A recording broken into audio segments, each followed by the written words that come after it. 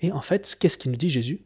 Il nous dit que nous devons être comme un maître de maison, hein, qui est toujours prêt, pendant la nuit, pendant le jour, à l'aide de ses serviteurs ou non, à, euh, à pouvoir repousser un voleur s'il vient.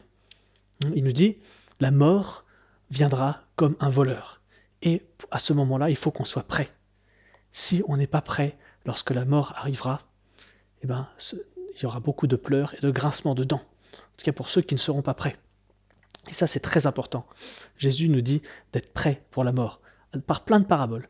Mais pourquoi il dit ça? En fait, c'est très important de saisir que nous pouvons choisir le ciel ou l'enfer. C'est nous qui choisissons, et nous le choisissons sur cette terre, et non pas après la mort. C'est une opinion malheureusement très répandue que tout homme, après la mort, choisira soit d'aller au ciel, soit d'aller en enfer, parce qu'il verra Dieu face à face, et voilà, là il pourra choisir en toute liberté. Eh bien non, ce n'est pas ce que nous dit les évangiles, c'est pas ce que nous dit toute la tradition. Cette opinion, elle est attirante, elle peut paraître belle et attirante, et elle peut se justifier, on a l'impression qu'elle est cohérente, mais ce n'est pas ce que dit Jésus, et ce n'est pas ce que dit la tradition chrétienne.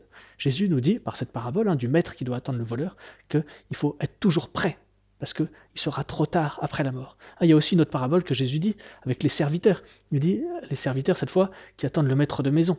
Les serviteurs, s'ils commencent à se reposer et voilà, qui font n'importe quoi parce qu'ils ne s'attendent pas à ce que le maître de maison revienne si tôt et que finalement ils reviennent, le maître de maison revient, et ben les serviteurs seront châtiés. Voilà. Il y a aussi la parabole des vierges sages et des vierges folles. Elles attendent toutes avec joie l'époux, mais certaines étaient prêtes et d'autres n'étaient pas prêtes. Et quand l'époux vient, seules celles qui étaient prêtes peuvent entrer dans la maison de l'époux. Et les autres, les vierges folles, elles ont aussi envie d'entrer. Elles aimeraient entrer, elles font même ce qu'il faut pour entrer, elles vont chercher l'huile, etc. Mais non, Jésus leur dit, je ne vous connais pas. On voit bien que là, la venue de l'époux, ça symbolise la mort, que les vierges folles, elles aimeraient, même après la mort, elles aimeraient entrer dans le royaume de Dieu, mais non, l'excès leur est refusé.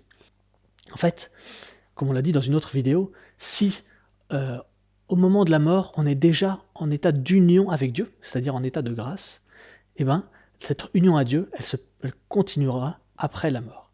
Mais si au moment de la mort, on est en état de séparation de Dieu, parce qu'on n'est pas en état de grâce, eh ben, parce qu'on est séparé de Dieu dans la vie présente, eh ben, au-delà de la mort, on continuera à être séparé de Dieu. C'est ce qu'on appelle l'enfer.